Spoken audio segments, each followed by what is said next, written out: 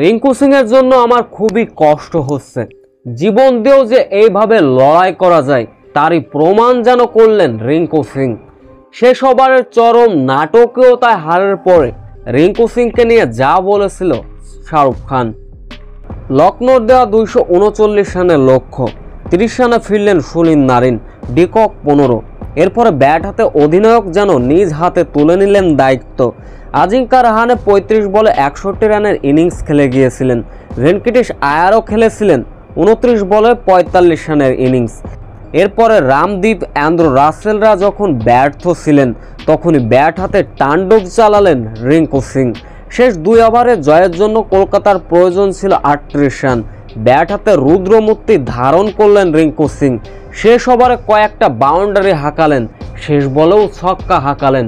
যেন জীবন দিয়ে দলকে বাঁচানোর চেষ্টা করেছিলেন রিঙ্কু সিং। তবুও লখনৌ সুপার জায়ান্টের কাছে 4 রানের পরাজয় বরণ করেছিল কলকাতা নাইট রাইডার্স। এদিনকে ম্যাচ হারের পরে কথা বলেছেন শাহরুখ খান। রীতিমতো রিঙ্কু সিং এর প্রশংসায় ভাসিয়েছেন। তিনি বলেন, রিঙ্কু সিং এর জন্য আমার কষ্ট হচ্ছে। ম্যাচ হারি বা নাই হারবি সেটা পরের বিষয়। রিঙ্কু সিং যে নিজের শেষ পর্যন্ত এমনভাবে লড়াই করবে সত্যি অকল্পনীয়। তবে রিঙ্কু সিং এর জন্য হলেও আজকের ম্যাচটা আমাদের জয়ের খুবই দরকার ছিল।